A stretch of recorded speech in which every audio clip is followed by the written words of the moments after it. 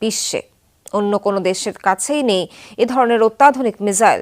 এমন দাবি করেছেন রুশ প্রেসিডেন্ট ভ্লাদিমির পুতিন। বলেন, ইউরোপের যে কোনো প্রান্তে হামলা চালাতে সক্ষম এই সমরাস্ত্র। প্রতি সেকেন্ডে 2.5 থেকে 3 কিলোমিটার দূরত্ব অতিক্রম করতে পারে ওরেশনিক, বহন করতে পারে পারমাণবিক অস্ত্র।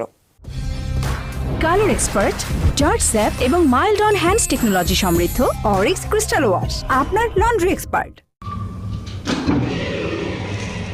রণক্ষেত্রে পরীক্ষার মধ্য দিয়ে নতুন ক্ষেপণাস্ত্র উন্মোচন করে আলোড়ন তুলেছে রাশিয়া। মাঝারি পাল্লার ওরেশনিক নামের হাইপারসনিক ব্যালিস্টিক মিসাইলটির সক্ষমতা দুশ্চিন্তায় ফেলেছে পশ্চিমাদের।